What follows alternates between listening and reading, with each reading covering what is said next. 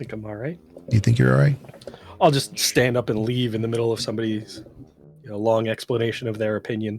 I'm just gonna piss myself. Gonna mentally check out like I normally do.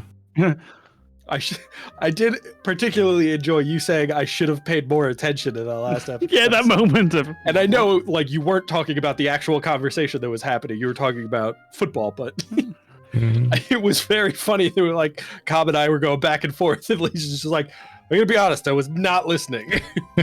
Y'all were saying stuff. I don't know. Who the fuck is that guy? What's it? Yeah. There's three of us? What happened to Sniff? Yeah. So have y'all played Belgar yet? Never even heard of it. Sounds lame. Release all these in out of sequence.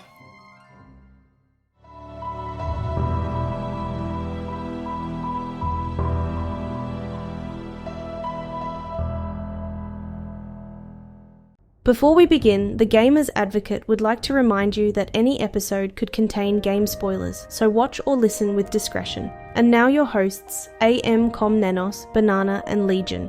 Enjoy the show. Well, welcome on in to another episode of the Gamer's Advocate podcast.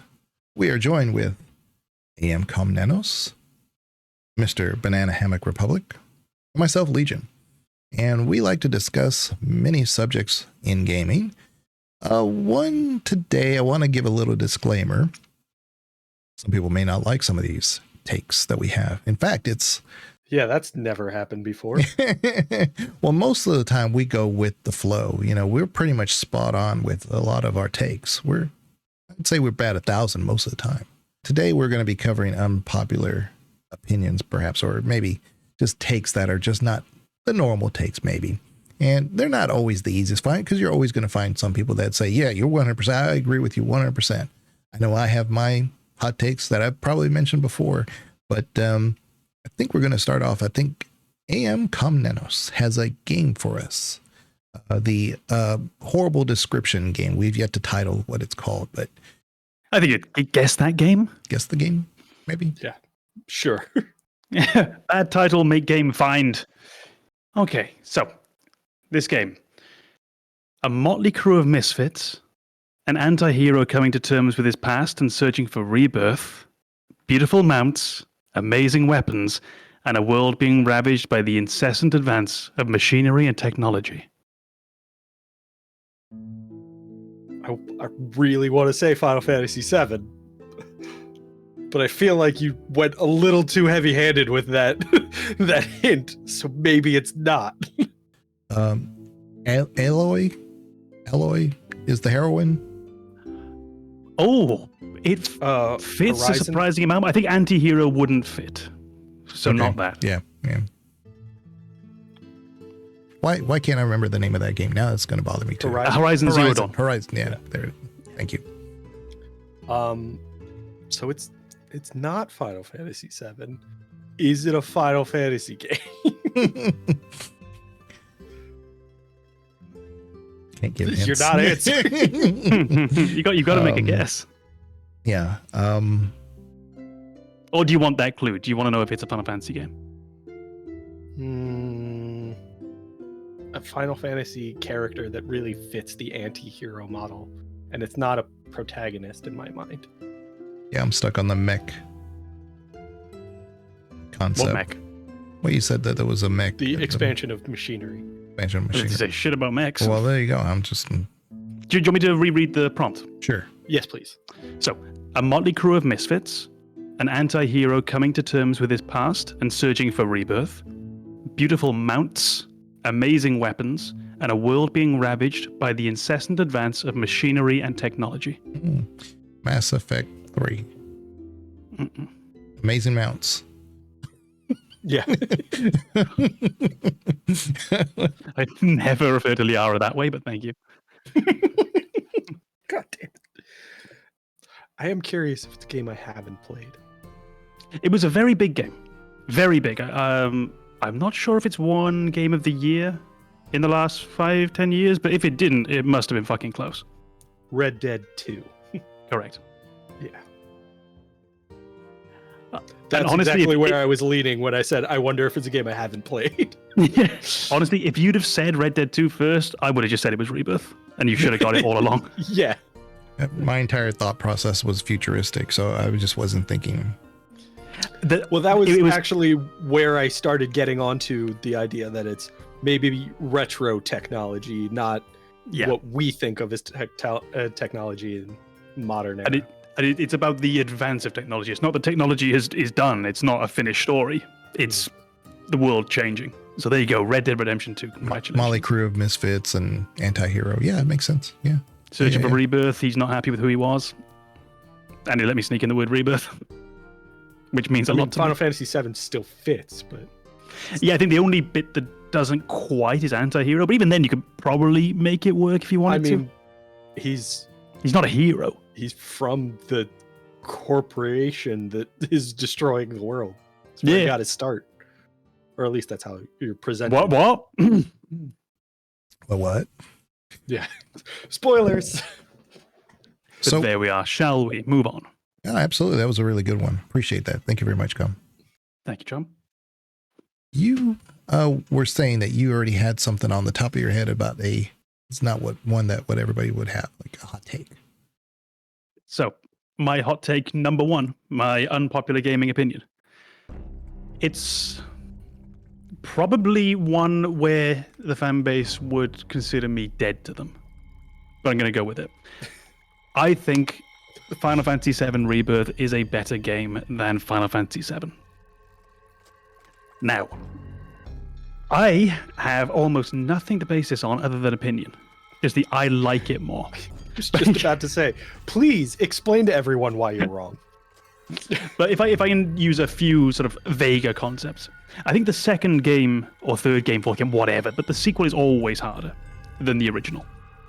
So I think to have actually taken the original game and build upon it and make something that we recognize generally as an extremely good game is already a hell of an achievement.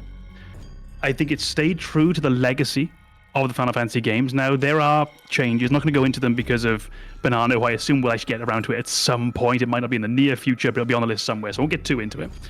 They do make changes, but there is a general respect to the overall game whilst expanding it out in a way that Final Fantasy VII Remake didn't do. I think Remake expanded out and it felt bloated at times. I think Rebirth expands things out in a way that really fleshes out the world. And it gives characters personality who might not have had them before. Final Fantasy games, to me, are almost always not about the grand adventure. It's not about Sephiroth. It's not about Ultimecia. It's normally about the party of people that you're playing as. Don't know why I picked Ultimecia of all people. Could have said Kefka. Everyone's favorite Final Fantasy villain. I could have said the one from the game I'm playing now. Yeah. Jacob from Mass Effect. Fucking, what's his name? Kitsune. Yeah. It has managed to take a party of characters who we know already and make me feel like I didn't know them before I played this game. It adds that much more depth and value to them. It respects the legacy of Final Fantasy in how minigame heavy it is, whilst maintaining them as being optional as well. So I think it's bloated in the most beautiful way that any JRPG should be. It's clumsy, it's messy, it's stupid, it looks beautiful, it runs amazingly, and I think it deals with a story that already exists in a way that's respectful to the original, trying to do something new, and more often than not, hits the nail on the head. My other reasoning for it would be that I think Final Fantasy VII, the original, is more flawed than we give it sometimes a fair evaluation of. I think we're sometimes a bit too colored by nostalgia with that game. I think it's an amazing game. In my heart, it's a 10 out of 10, no doubt. Possibly in reality, it's closer to a 9. I think Rebirth would be above that. I think it's just a better game. I'm sorry, everyone. I still like the original. I really, really do. I really can't wait to see Pep's response to this video, because she fucking hates Rebirth. Imagine being so wrong. Sorry, Pep. I really like you too. You don't have to imagine. You just were. Legion, get him quick. Well, I was going to say is that we're probably not going to even just have one. We're just going to like hit one, and some stuff. All of my gaming opinions are super popular, and nobody disagrees with them. So you're basic. Yeah,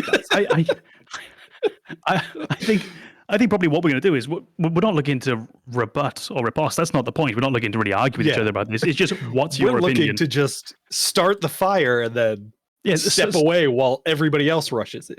Yeah, and this is opinions. So that's my first. There will very well be more. Yeah. Would one of you like to take the mantle from me and take the crosshairs off my head? Well, I have one. If you don't have one, Banana.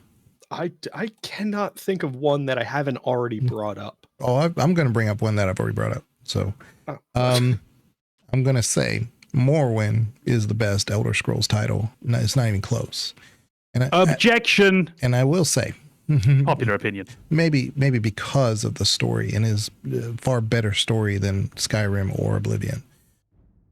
In Morrowind, so I've always kind of skirted around. I can't really talk about Morrowind without actually giving major spoilers to it, but I'm going to go ahead and go down that road.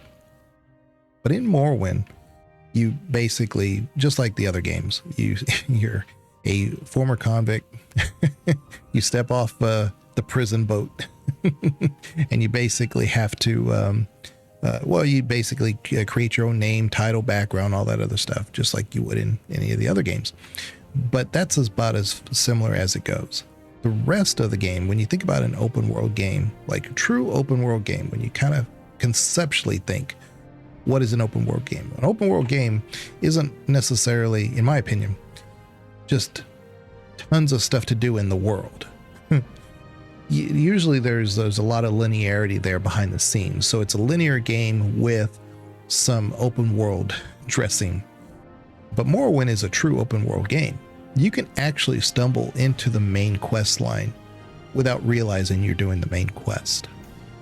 So you're actually going from one place to another. You go into this mine or that mine, you catch a disease where you're supposed to die from it. Well, then you find a workaround to that issue.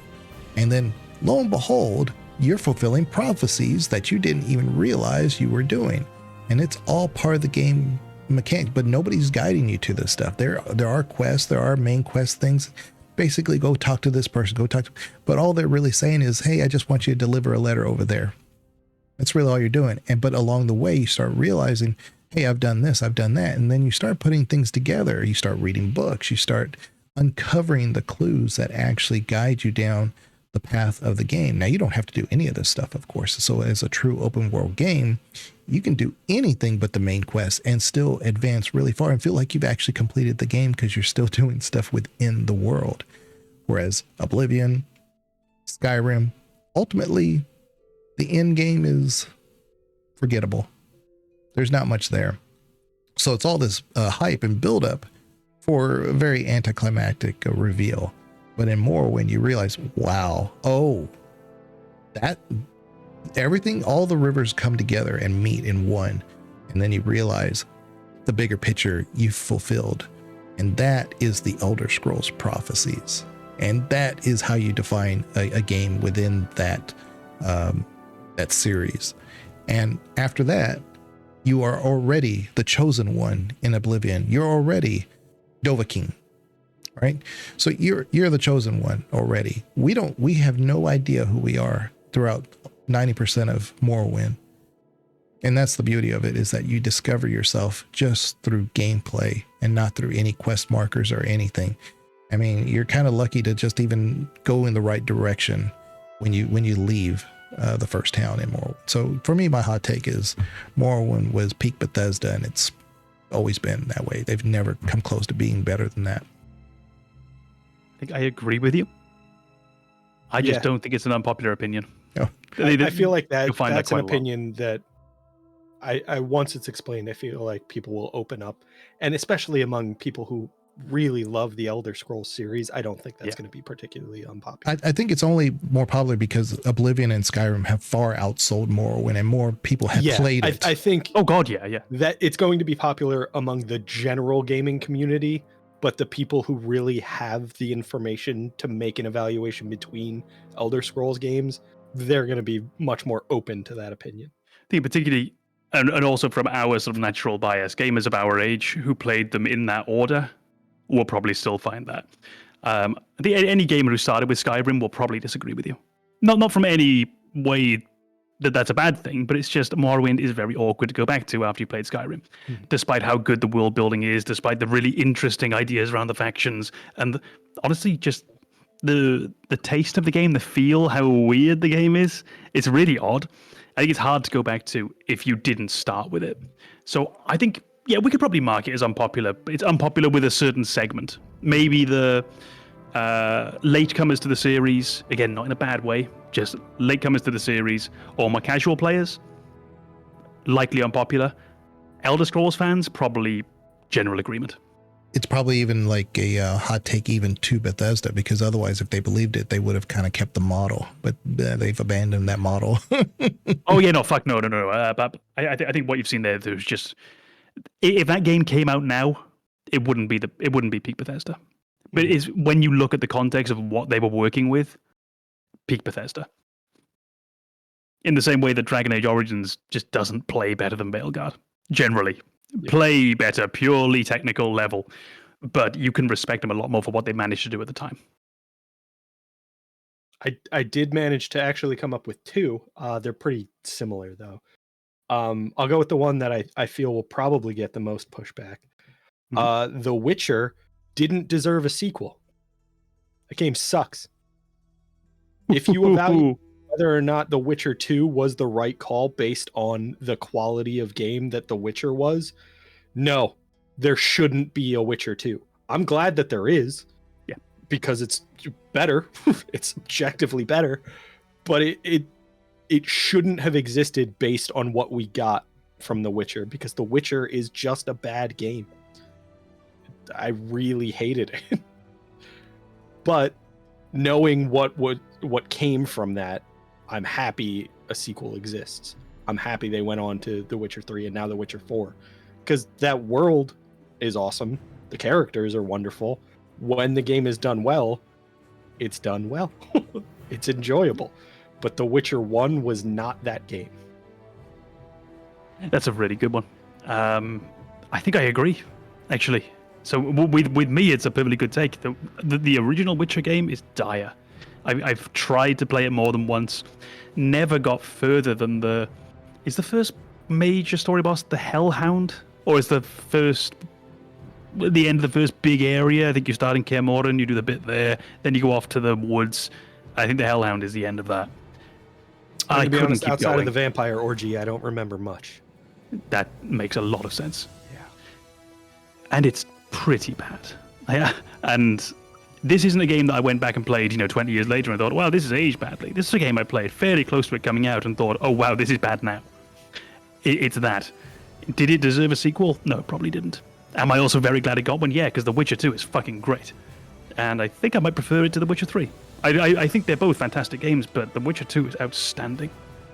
Yeah, The Witcher 2 was a very different engine. So if we're talking about the engines, of course, The Witcher, the first one, was a modified Aurora engine. So I played Neverwinter Nights and played that game to death. And The Witcher looks nothing like Neverwinter at all. So they modified it so much that it looks unique to Neverwinter Nights, because Neverwinter Nights looks horrible. It plays like crap. So if that was their basis, was that engine, they had a lot to work with to begin with. So you're not wrong in the assessment of it didn't deserve a sequel based on the playability of The Witcher, for sure. I don't think anybody would argue that. I totally get what you're saying. But as far as like getting it, they had to go to a different. Now, if they use the same engine as it would have just been the same problem, just with a different story. But yeah. Honestly, I think it's a really good opinion. A really good unpopular one. I think it is, because this is exactly what I'm talking about. Even when I'm wrong, I'm right. Honestly, I love that, because I think it's the idea of the repercussion. If at some point the studio had just said, no, this is awful, like fuck this is not worth it, how different the gaming landscape might even look, because there's no way The Witcher 3 in particular didn't have an impact on other studios and other developers. Right. Great. I love it. You terrible, terrible man. Yeah. So you said you had two. Yeah. I think I need some spacing between my next unpopular opinion so people will forget that it's just the same opinion again, just with a different name. I've actually just had to switch mine around as well because my second one was the first, but with a different beloved series. Yeah. Final Fantasy should have never had a sequel, and here's why. Final Fantasy should have lived up to its name. When you say sequel, do you mean like Final Fantasy X-2? Because I can get on board with this. Okay. My next opinion, and honestly, this one is a bit hot takey in the sense that I don't even really quite believe it, but I think there's some truth to it. Sony isn't a force for evil in gaming. I think Sony has been generally positive for gaming and the gaming community, and their purchase of the parent developer or whatever it is of Dark Souls, Elden Ring, etc., is nothing to be concerned about. And I'm basing this on the strength of their first-party titles. I think the PlayStation console itself, over the course of gaming, has done more to popularize gaming than really anything prior to mobile gaming, which likely takes it to an entire different stratosphere in terms of popularity. But I think the PlayStation and its name and its value did so much to normalize gaming and weirdly to make gaming actually kind of cool. We talk and we joke about how, it was hard growing up, gamers weren't cool growing up, but now gaming and nerd culture is a bit cool. The PlayStation always had a slightly cool edge to it. And I think it was the only one of those consoles that really did. Nintendo was still kind of geeky. Any of the Sega consoles, I mean, fucking hell, what a joke. The Xbox was often seen as being a bit too linked to Microsoft, so that's the sort of pocket protector nerd. I don't know, the PlayStation had something about it where it was much more acceptable to be playing. And I think that a point that I briefly went into last time, which is the single player games. I think they allow for the development of interesting single player games on their major consoles, and we have games that wouldn't have existed without Sony. And yeah, we could do with that Bloodborne on PC, but we wouldn't have Bloodborne without Sony. It was the Japan studio co-developing with From Software that made Bloodborne. I think they are problematic, like most large corporations are. The more that they gain a monopoly, the worse they will be. But a gaming world with Sony as a large player, but not the only large player, is a better gaming world than one without Sony in it. Yeah, there's a lot of caveats in there. Yeah, as you went on to explain, I came to agree with you more and more. I would say Sony is not exclusively a force for evil in gaming. Yeah, but they do some really negative shit. But that's every corporation. I just think we're in an era where most of Sony's involvement recently has been negative, and we're all pretty pissed off about it. So it's the most fresh in our memory is the way that Sony fucked things up. But yeah, overwhelmingly, I think you're right. The overall impact that Sony has had on gaming has been a net positive. And when it's been, at its best, it's wonderful. When it's at its worst, it's kind of counterbalancing that. But overall, it's a positive. I think you might have framed it better than I did by looking at it in the sense of net positive, because you are allowing for all of the negatives, of which there are a whole bunch. And I think that last point is really important. The idea of they can't get too big. Any of these companies, if they get too big, that will be almost instantly problematic. Yeah. It's a landscape where if there's a Sony and a Microsoft and a Nintendo and an Activision, see, we're already getting into problems now. In that world, I don't see an inherent problem. If we go further down the path of continuing mergers, acquisitions, I'll change that opinion very quickly. Mm-hmm. Yeah, Sony's not opposed to having an open mind about certain things, because even when they first came out with the PlayStation, first of all, Sony didn't know if they themselves could pull off a console. And one of the first things that they didn't want, the CEO of Sony was trying to tell Sony America, no RPG titles, just exclusively action games. And that's what it was supposed to be, kind of like the Sega, basically. And they quickly kind of turned that around when they started seeing, when they went full force with things like Final Fantasy and stuff, that they saw the relevancy and how they could corner that market, or at least expand the idea of what a game could be. So they're not opposed to being open-minded about some things. So Yeah, it has some pros. Maybe we'll put them in the we need to keep an eye on them category. They're not awful yet. Up-and-comers of the gaming industry. Indie Corporation of the Year. Yeah. There you go. That's my second unpopular opinion. So I've said this from time to time, and I think y'all know what I'll mean, but Resident Evil is just spooky mist. So it's really just a mist is, of course, the puzzle. All Resident Evil or just Resident Evil 1?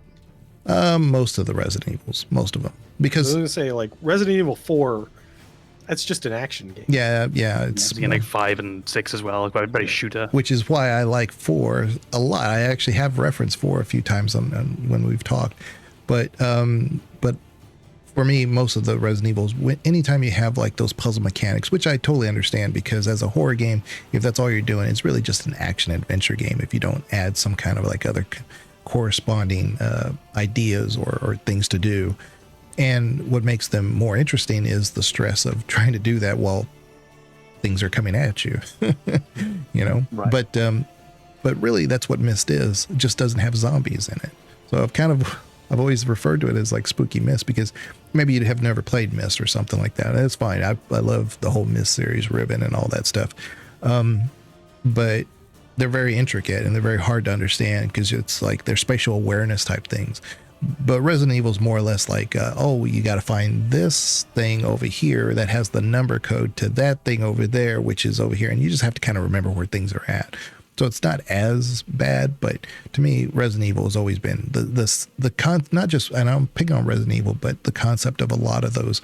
Silent Hill's the exception here. Although there are some puzzles in Silent Hill, they're just built a little differently. But Resident Evil, along with a lot of other similar horror titles, really just play into the puzzle mechanic. It's like, you want to be a puzzle game, be a puzzle game. You want to be a horror game, be a horror game. They kind of like try to do that middle thing. And that's why I call it Spooky Myst. Yeah. I don't disagree. I don't agree. I think when boiled down, yeah, it is. But it's so well executed that I think it elevates itself above it. Mm-hmm. Meaning, I agree with you. That is an unpopular opinion. I think it's a cool one to have. I think calling it Spooky Myst is the same as saying that the English countryside is just green. Oh, yeah, technically you're right. It is just green. But it's every different kind of green. And it's all those... It's just Tech Mario. That's actually really good, yeah. Astrobot is Tech Mario. Technically, yeah. But it's so much more than that. So I agree with a part of your foundation, which I think makes it a good unpopular opinion, without agreeing with the final thesis. Which is what it's supposed to be. So I have another one that's actually not related to my first one. And I think I'll probably get some real pushback on this. Esports is bad for gaming. Ooh.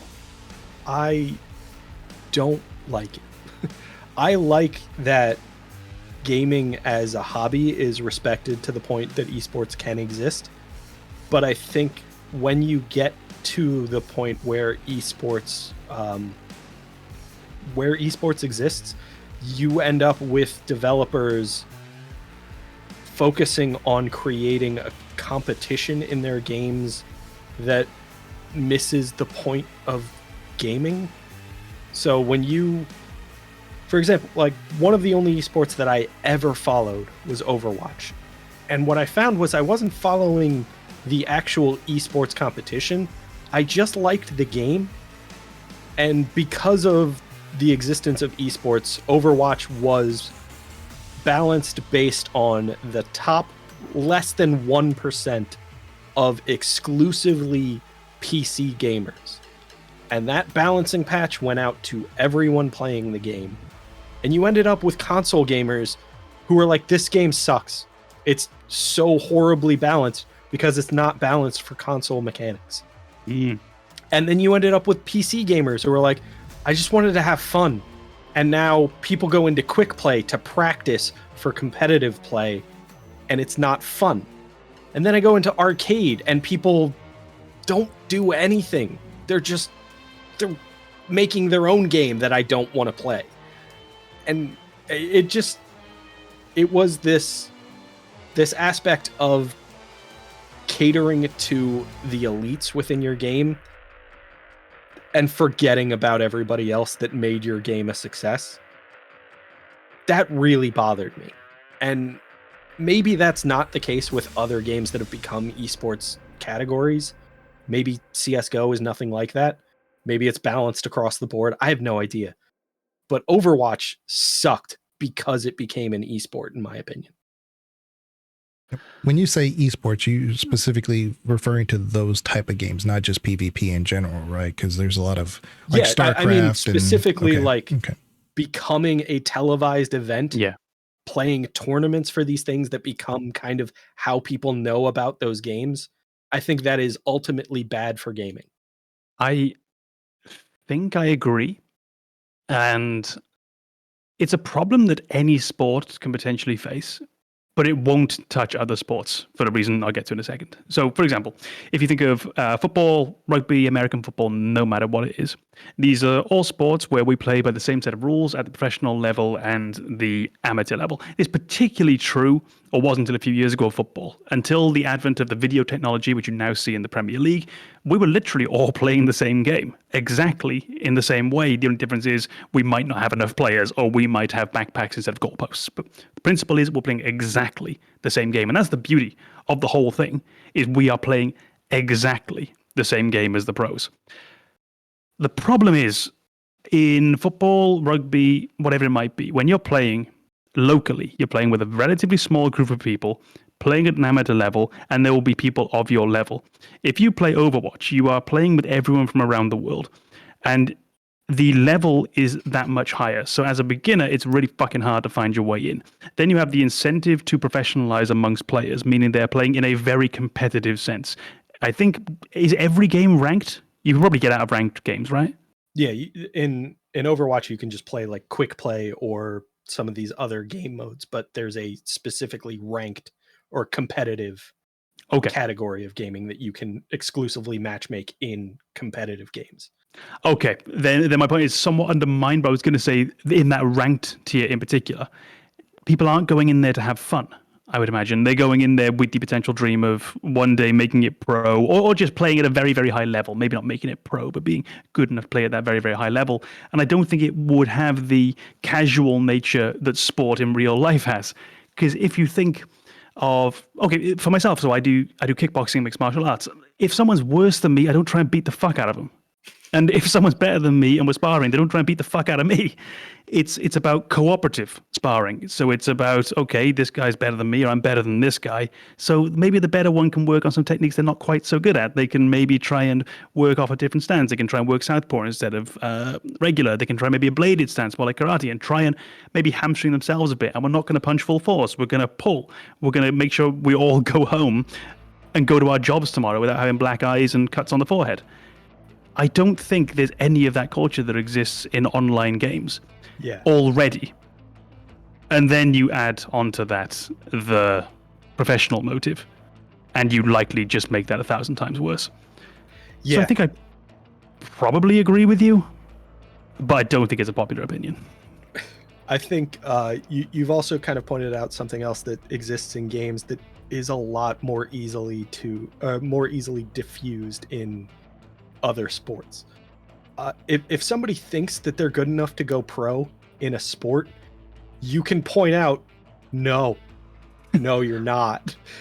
But when it comes to video games, it's so much harder to break that illusion of superiority, where people can watch Overwatch at high levels and think, yeah, I can do this. And then they play like shit in their next game, and they blame everyone else on their team instead of themselves.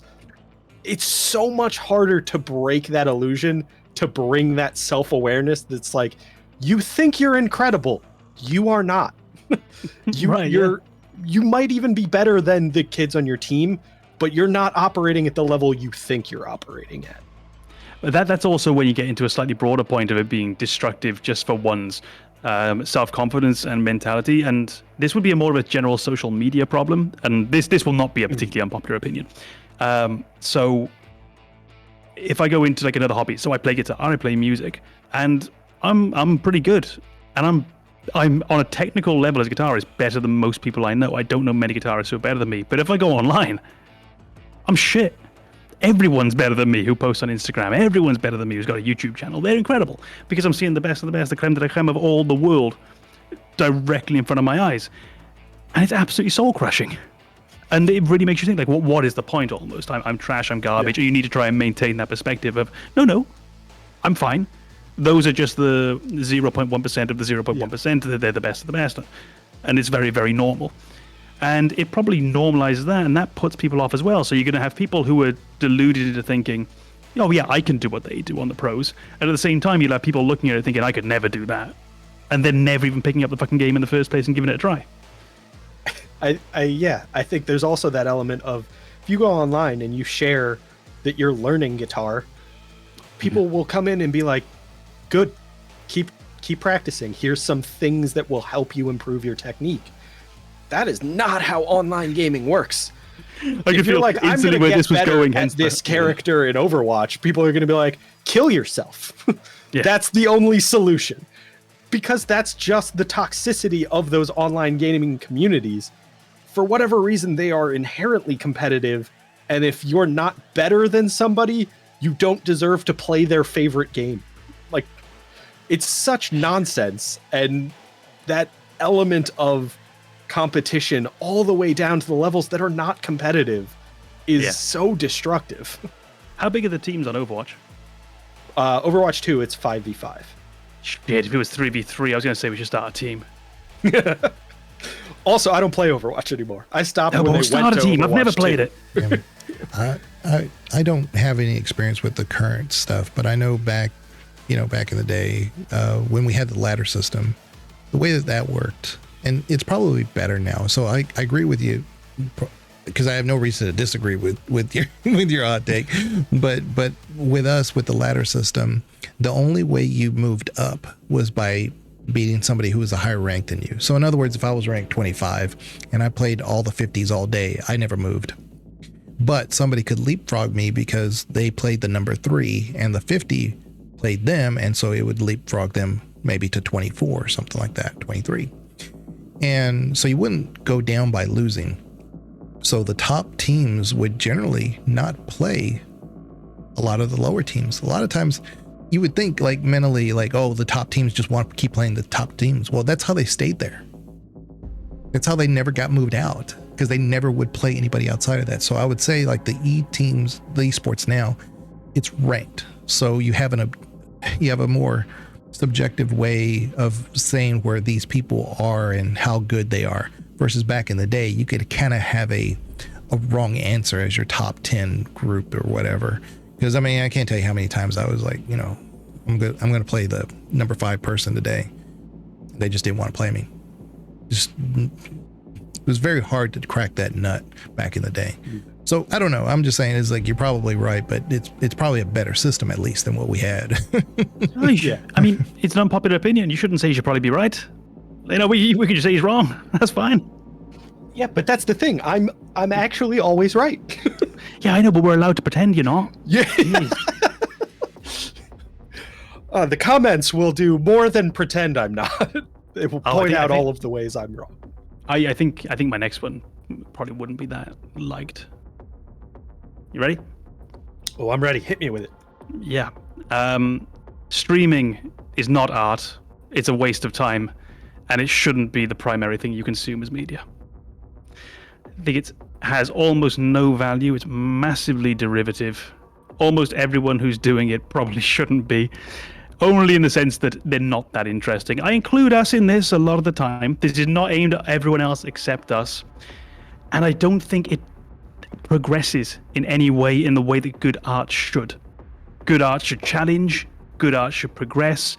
Good art should be unpleasant from time to time. Streaming, I feel, tries to hit the lowest common denominator far too often, and ultimately is pretty vapid.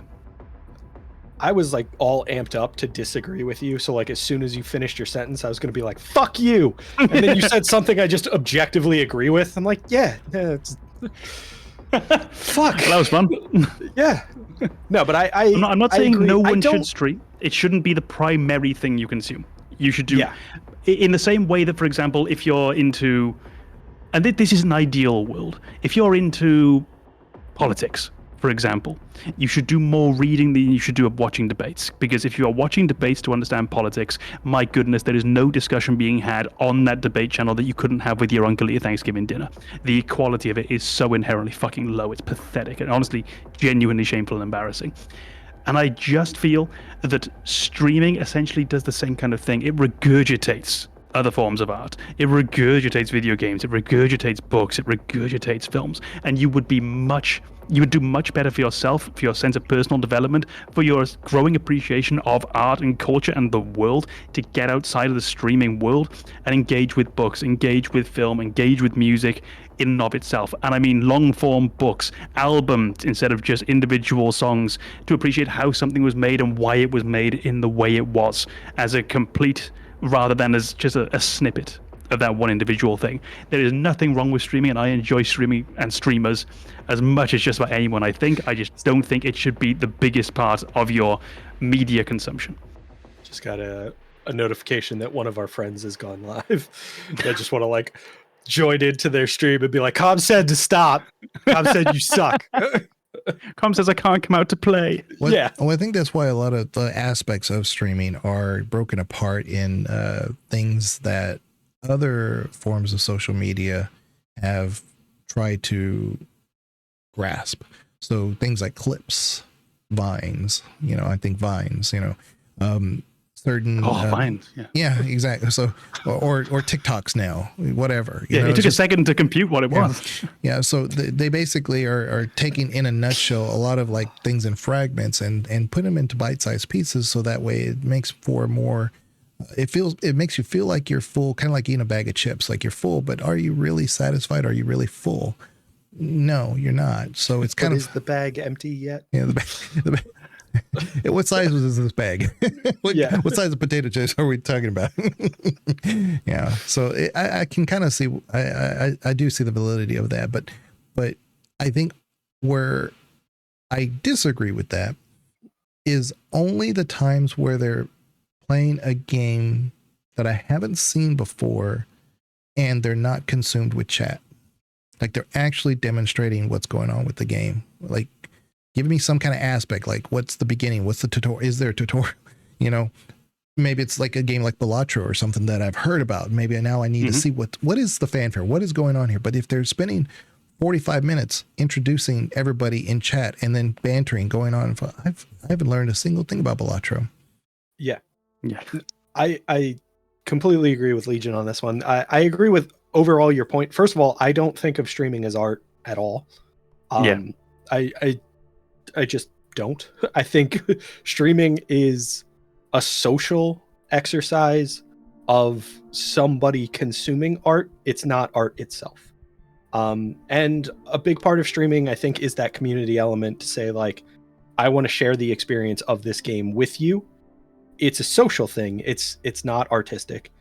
But I think if you want that, if you know that's what you're looking for, I don't see any reason to disagree with you. I think people should be streaming. People have fun communities, but I don't think that watching someone playing a game is in any way equivalent to experiencing that game for yourself.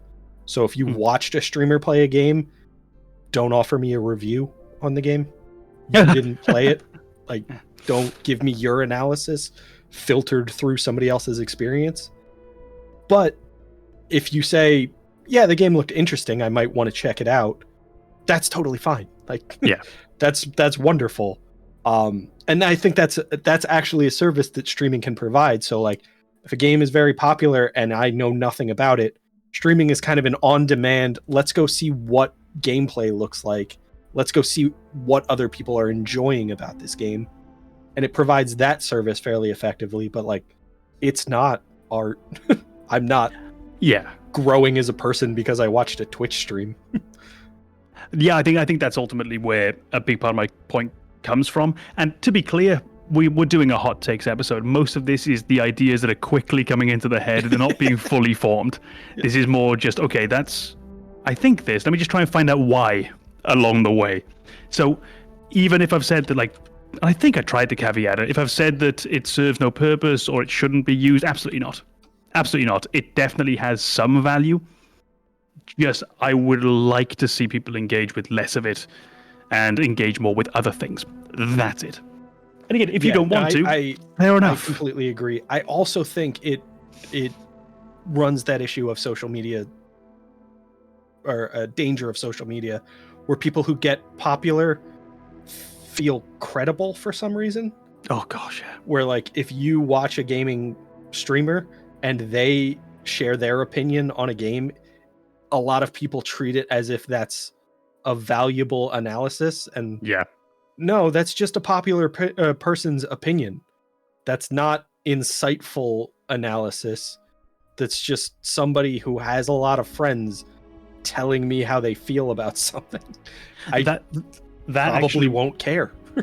And this is where this opinion largely was formed in my mind. It was being recommended on my YouTube in particular, because my YouTube, I try to keep the algorithm reasonably clear, because I just don't like being proposed videos. So it doesn't really know exactly who I am, so it promotes videos I don't necessarily want. And it promotes a lot of politics videos. And there was a politics video by a guy called Tim Pool. And my goodness, some of the takes were just, I would be embarrassed to have them. I don't mean anything by his conclusions. I mean the low effort that was put into them was maddening. Like, I would be embarrassed to go on and talk with the confidence that he talks with about subjects that he clearly doesn't engage with. It's not doesn't understand, doesn't know, it hasn't engaged with. And seeing that really darkened the idea of streaming as a whole, because I thought, hold on, if this is one of the biggest things that we're seeing coming out of the streaming world, and maybe it is, maybe it isn't, I don't know, ended up my front page, had a lot of views, I assumed it was quite big. It's a damning indictment of streaming, and I wish we weren't engaging with that. And again, it's not even about the conclusions. I will disagree with him, I think, on basically everything, but it's not even that. It's how little work went into it, and I feel that streaming is such a lazy way to make content. It doesn't have to be. It doesn't have to be. Mm-hmm. But it often is. And I wish we would do better. I don't want to dig into that too much. No, I'm not trying to get away from gaming, but like, I think that ties back to what I was saying about it being kind of a popularity contest, where my experience with Tim Pool, and I have experience and I don't want to, is that he has a lot of those kind of counter opinions to kind of like popular movements, and people latch on to the fact that they agree with him on that conclusion, and they elevate him as a mouthpiece for voicing their opinions, and he's so bad at it.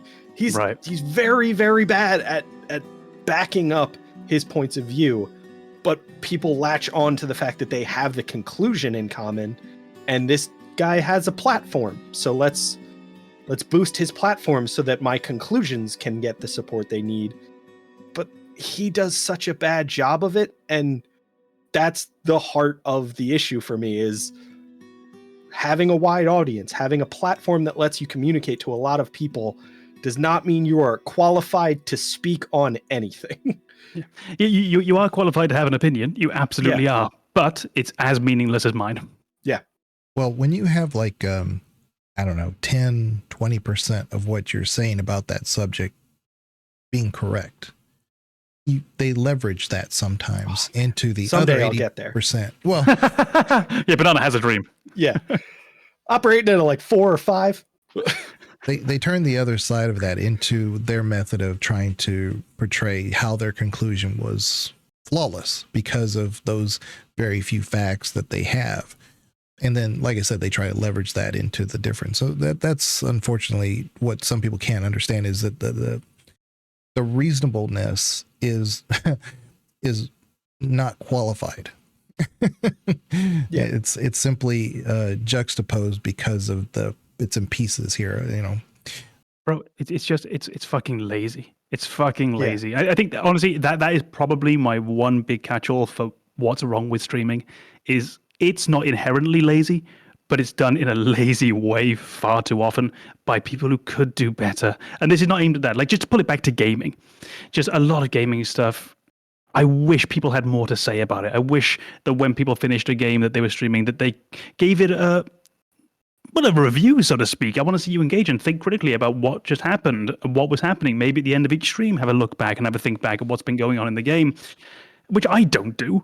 So this isn't a big, watch us, because I don't do that myself. I just think streaming, it doesn't really accomplish anything, which isn't inherently bad, but it is meaningless. Yeah, the few times that I stream, it's a mess, of course. God, we've taken a turn here, haven't we? Yeah, but the few times I have, it's kind of it's a weight almost, because like if I topic for this episode is why we're better than your favorite streamers. Whilst repeatedly saying we're not. Yeah, well, it's very difficult for someone like myself to just stream Baldur's Gate 3, because a lot of my content has been based on, I shouldn't say based on, but it's been based on a lot of BioWare titles. It just happened to be that Baldur's Gate 3 is the one that got the most interest.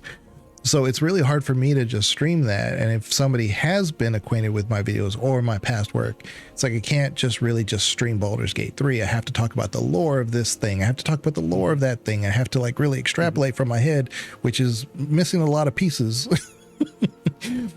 So it's one of those things that's like, I can totally understand what you're saying. Like it's a lot of times it can be presented very lazily. Like, here I am streaming the game, or I'm just having this conversation with everybody in chat, and then the game is kind of by the way. I mean, I almost wish I had that problem, because all I am is talking about lore this, lore that the whole time. I feel I should probably just bring this one to a close just by saying that I don't hate streaming. Just to be very clear, I think it's perfectly fine, and it's a perfectly fine pastime, and it definitely has a purpose, because it's pleasant, and not everything in life has to mean something. Yeah. You are allowed to just have fun. When I'm playing Final Fantasy VI, I'm not searching for greater meaning. It's just really fun. I like how Kefka laughs, and streaming can offer you a lot of that as well.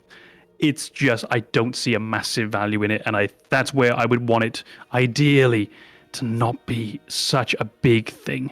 Yeah, I would love it to be a small pastime and not somewhere that we really go and spend our time. And yeah, I'm guilty of doing this myself too. Should probably get us off this topic, because I think I've pulled us far too far down. Well, one final point then on that topic. I think that's it. Just the way you approach streaming is the important part.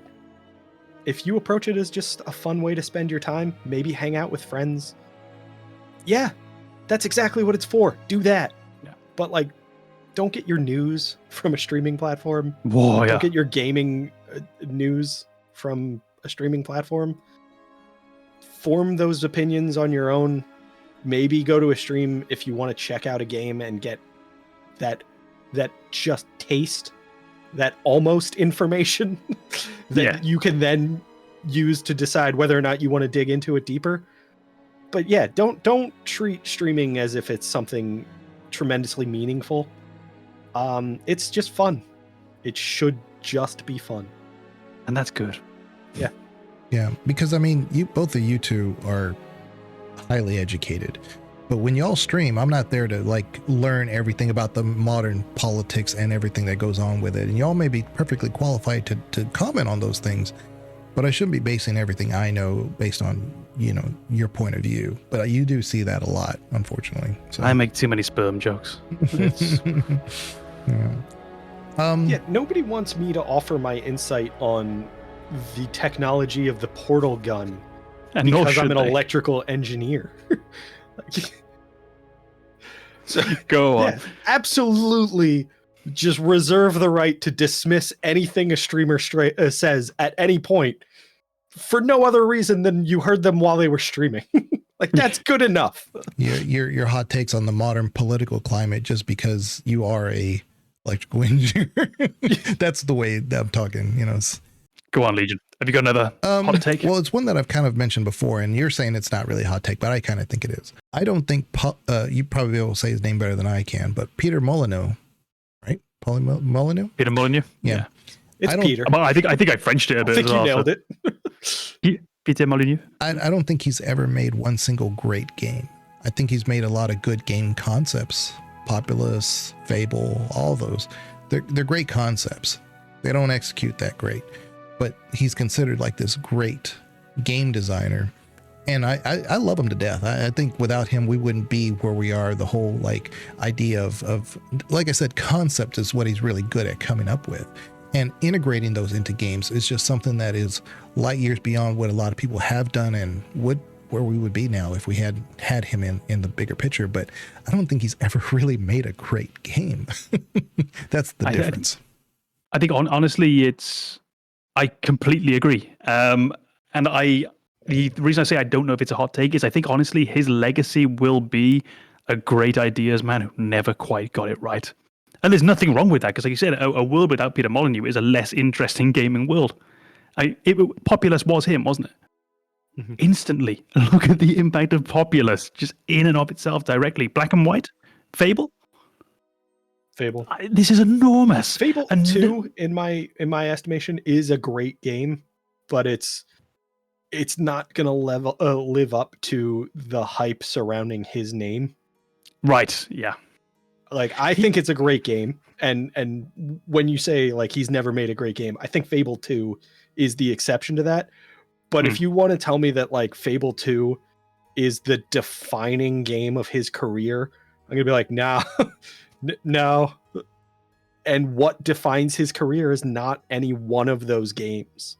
So like, I completely agree with you. I think the games he has been involved in have great elements, and I think he's a big part of what was great about those games, but I don't think any one of those is this kind of dominating force within the gaming industry to be the prime Molyneux game. Like I don't think any of them qualify. Yeah, he didn't make Mass Effect or something, you know? Yeah.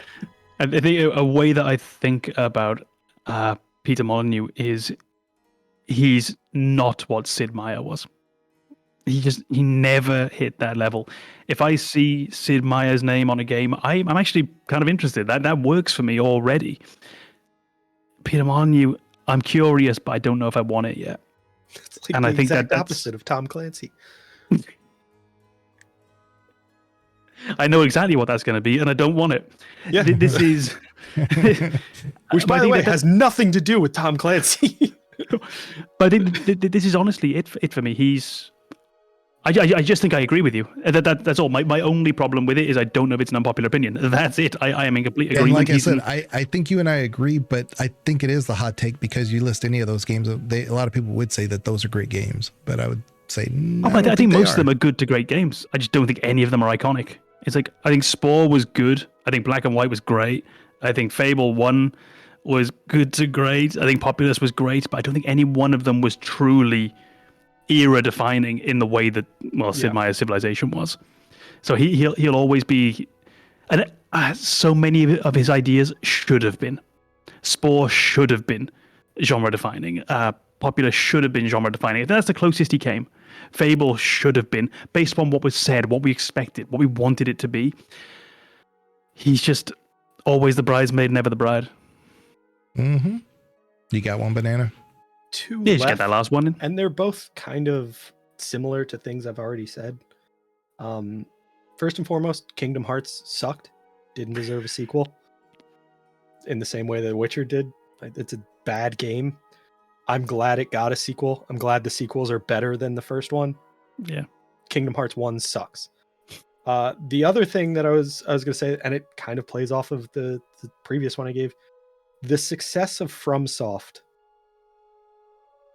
caused stagnation in the gaming industry. So FromSoft did Dark Souls very well. Then they went on to Dark Souls 2, and a lot of people have varying opinions of where they place Dark Souls 2 in the Dark Souls trilogy, but it's a good game. They did it well. It might not be exactly what you were hoping for from Dark Souls 2, but it's a good game. Dark Souls 3 is an excellent game. Elden Ring is an excellent game. Bloodborne is an excellent game. FromSoft really nailed what they do, and I think the gaming industry took notice and tried to copy all of the things that they did without recognizing why it worked for FromSoft. And I think the fact that we have a Souls-like category of games showcases that the gaming industry saw FromSoft's success and was like, we need to mimic that, and not we need to find a way to do what they did really well for ourselves. So we have a lot of games that are trying to copy the gameplay of Dark Souls. We have a lot of games that are trying to copy that challenge to say that, like, there's not a lot of conveyance. You just kind of go out in the world and figure it out. And it's going to be tough. You're going to die a lot. There are a lot of games that do that. Those aren't what made Dark Souls great. Dark Souls was new and fresh, and it was an adventure game that felt like a different style of combat. And then every game kind of polished that a little bit more. And people just took elements of that and copied it into their games, and they didn't try to do the new thing that Dark Souls did. They didn't try to find a way to make their game the genre-defining game that Dark Souls was. They were just like, let's copy Dark Souls. And obviously, games in other genres continued to be made. People did really well with, other action games, other RPGs. But it just felt like we got too many knockoff Dark Souls games surrounding the success of Dark Souls that we really wasted a lot of potential during that time. So it's one of those critiques where it's very much not a critique of the game itself. It's purely how the gaming world reacted to it. Yeah. Was the problem. I think I would agree. I think we see this almost every time that something like that happens. If you think back to all the open worlds that followed, it wasn't the first, but Far Cry 3, for example, when you see this immense quantity of open worlds. Think back to all the platforming games. Think back of all the games in the 80s and the 90s that were derivative of the games that came before. Think of the overload of those point-and-click adventures that we see after the real advent of LucasArts. And I mean, we still remember a lot of the good ones, but my goodness, there's some garbage out there. Oh yeah, there's of people that weren't trying to do anything new and interesting now. And we'll see this again in the near future. We'll hit the next interesting game that does something new, and then we're going to imitate it for the next 2-3 years. So I think I agree with you, and I would probably just expand it out and would say that it's not Dark Souls even, it's just whichever big thing we hit upon every 2 or 3 years.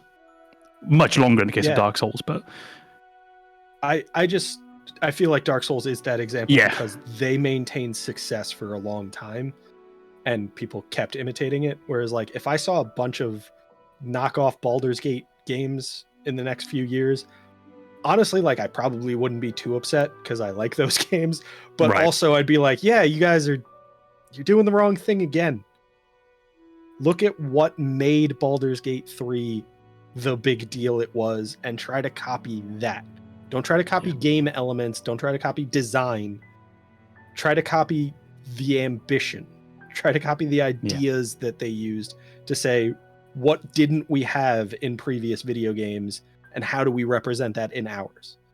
And that's what I'm not seeing from the industry when you see those big success games get copied. Yes, when you get like Icewind Dale. Yes. Yeah, I think I've got nothing to disagree with. And I think that's pretty good. The only thing I disagree about all that, of course, and this is a hot take on top of your hot take. Double layered?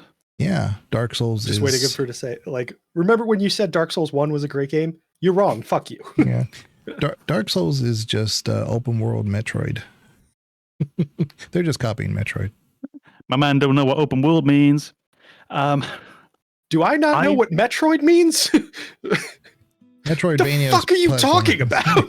And I'm going to clarify, by the way, the thing that made Dark Souls 1 great in my mind was actually the level design of the first half of the game. It's the world and the physical world that you're in, not the world building, but the world and how well layered it was, the things that were wrapped around on top of each other, the new paths that you opened up, that elevator. It's a cliche, but the elevator that took you back to Firelink Shrine from the first time from the Undead book. Things like that really made that game feel special. And the combat in Dark Souls 1 is passable. Dark Souls 3, it's fucking outstanding. They were finding their feet. There's nothing wrong with that. It was the first effort at this. It's clunky, it's awkward. They hadn't got there yet. Well, I think that's exactly it. Like the combat in Dark Souls 1 was revolutionary, but it wasn't perfect. No. And agreed. so when people are like, let's copy Dark Souls 1's combat, it's like, no. Really? That one? You're missing the point. They just roll around everywhere. Well, I think actually the rolling iframes is something I'd like to see less of in games generally. There's something about that I'm just a bit tired of now. That every game will have that. It's not bad. It definitely I'm just tired feels of it. like a game where you have a hitbox that's permanent and you actually need to avoid colliding with things is more interesting to me than Dark Souls. Yeah. You know they've got that Final Fantasy VII Remake, right? Neat. And I was just going to say, and then they took it out in Rebirth again. Yeah. Well, there we are. Just to finish up, I go just like in one sentence, just the other hot takes I had, if that's all right with you, just to sort of get them out there. Otherwise, it's going to feel like I held in a sneeze. So they're pretty straightforward. The Last of Us 2 is a better game than The Last of Us 1, which I didn't like. Baldur's Gate 3 is boring and is a step back from Divinity Original Sin 2. I know. That one's going to be unpopular. Yep. Phasmophobia shouldn't be released. It's been in early access for 4 years. It should be in development. Replayability is overrated. I'll fight you. and that's it. Honestly, all of them I've sexed up a bit. I actually don't think Baldur's Gate 3 is really boring. I'm just dressing it up to make it a bit more hot takey. But I do think Divinity Original Sin 2 has a better combat system. I will say that replayability is not ever something that I think should be considered in evaluating a game's quality. Because they're not trying to give you that experience multiple times. They're trying to give you that experience once. So like, right. I'm not going to evaluate a game and say, oh, I won't be able to replay this. It sucks. I'm going to focus on that one playthrough experience as far as whether or not a game is good. So I do, to some degree, agree with that. That being said, I want replayability in my games. Yeah, I think this is it. It's not going to be that hot takey when you look at it in that way, which I think is the right way. It's that replayability is overrated. It's not that it's a bad thing. It's just, it's not going to be a first thing that I want from a game. Yeah. But if it's a fucking great game and I can play it again, cool. Yeah. In that case, great. I think the only extra one that I had really is not a hot take. I wouldn't think so, but apparently in the modern climate it is. But the female protagonist is not woke. It's been the norm in the gaming industry. It's been the norm. There's nothing new here. Laura's been around. Samus was been around. Link has been effeminate for as long as I can tell. But I mean, bro, I mean, honestly, it's such a uninteresting. Not you that bringing it up, but the whole debate around this is so deeply uninteresting. When they say that it's tired and it's like we don't want to see that, this is not something that the gamers want. It's like this is what we've had. It's been around. It's what it has been working. The most popular titles have been female protagonists. But whatever. But you find oftentimes as well that actually a lot of these games they were women protagonists that weren't really feminine in any sense. I think people often appreciate the sort of almost gender neutral attributes of them, and I like actually that we see a broader range than that now. Sometimes it just felt like no, hold on, you just there's nothing about this character that's interesting in who they are, and I like to see that now. Sometimes we will lean into a character's maybe sexuality, or we'll lean into their gender a bit more, and use that as a way to do a bit more storytelling. Honestly, the whole fucking debate around it though is so dull, so disinteresting. If you don't want fucking a female hero in your game, don't play it. That's easy enough. If you're concerned about how attractive or unattractive the character is in the game. Wow, that's incredibly boring. And I'm concerned that your biggest critique of this game is that you can't masturbate to the fucking character, because that's bleak at fucking best. It's incredibly uninteresting. Again, not aimed at you, aimed at that as a point. Games, just like any book or media, are trying to tell a story. And if you're not there for the story, I mean, you can critique it on its mechanics. You can critique it on its maybe art style, maybe even then. But if it's telling a story and it tells it well, that's what you should really be focused on. But yeah, well, I'd like to see a game, honestly, actually, with more women who are the heroes in the game, and actually who maybe multiple women, and they talk to each other about things that aren't guys as well. That might be nice. Really let them have full, because that's one of the great cliches, isn't it? That you put two women in a story, and if they're talking about anything, it's talking about another guy in the story. Nah, fuck that. I want these fully developed characters doing new and interesting things. And we've had a fucking million male heroes. We've had a million female heroes as well. It was never a problem before. It's not a problem now. Yep. If your hero's interesting, fuck. It's that. You can probably tell that it's just I'm bored of the conversation. Not this conversation right now, not you, but that, and pretending it matters is something I'm so incredibly bored of. Well, like I said, I don't think it should be a hot take, but apparently it is. And that's why I brought it up. So, yeah. I agree with that. Yeah. Well, I have my standard hot take that I've brought up multiple times. Ocarina of Time sucks. It's overrated. It doesn't suck, but it is overrated. Baldur's Gate 2 is a better dating sim than Baldur's Gate 3. And Baldur's Gate 3 is not a dating sim. Like, I don't know if that's actually a hot take, but like, I feel like that's news to some people.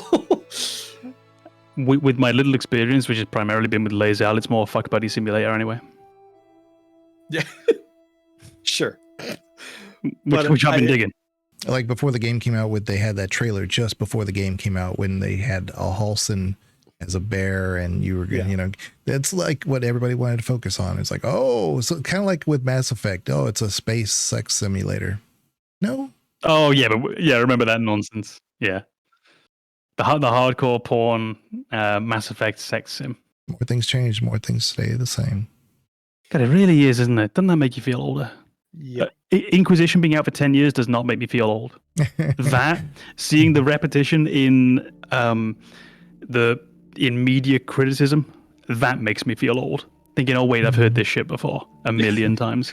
We've graduated from seeing a blue ass on our screen in Mass Effect 1 to a red ass on our screen in Baldur's Gate 3. We've really come a long way. We did it, guys. We did it. Really pushing new ground. And I forgot to mention, Zelda 2 is a great game. I like it. It's not not a great, but it is a really good game. So Zelda 2 has the foundation of a great game, but if you play it without a walkthrough, it's fucking unplayable. If they were to address that aspect of it, I think it would be a great game. I loved it because you could go into a city, talk to people. It was like you couldn't do all this before. Right? It was just you went into the little house, Link talked to this person, whatever. But here you were actually traversing and going into their homes. And I don't know if Link talks to anyone ever. Well, that's true. You started a conversation with somebody. Link never participates. He just listens. He started a monologue. Yeah. I've got it's not until the CDI games that Link had a voice. Zelda had one too, but we've got a little extra one as well. It's that Final Fantasy 13 is a really good Final Fantasy game. That's a tough one, isn't it? It's better than people say, definitely. Yeah. But a really good Final Fantasy game, I'd still put 13. I think I've overstated it for the sake of, making a point. Yeah. Better than people say. Same with 15. Better than people say. Yeah. Really good for 13? I don't know. Yeah, no, in my head, like when I rank it now, it's like, well, it's clearly not better than 7. It's clearly not better than 10. And that kind of happens. Yeah. So maybe I overstated for the sake of making a point, but it's a good Final Fantasy game. I feel like we're looking for that, like, I'm right, but how do I phrase it like an asshole? I'm worried we're going too far the other way. These are our hot takes, but these are the reasons why it's fine to disagree with us. Like, don't worry. Oh, yeah. You're good. You're good, chums. We have no confidence in our convictions. Oh, I will hold to mine unabated, but I will acknowledge the possibility that I'm still wrong. I'm just stubborn about being wrong. That's a surprisingly healthy viewpoint for anyone here today. Yeah. Appreciate everybody being here today. And be sure to... You know what, Legion? We appreciate you too. Oh. Thank you. Don't speak for me. You know what, Legion? I appreciate you too. I appreciate being appreciated. So there you go. Well, no. Let's just keep this going. But if you're Another listening to 4-hour us, episode coming out. yeah, if you're listening to us on Apple, iTunes, Spotify, or Amazon Music, remember we do have a YouTube, and you can see all of us on video in 2K. And not 1440. just us, but Legion also puts pieces of game footage in there, which is what you should really be caring about. Some of it's pretty cool. Relevant game footage. Yeah.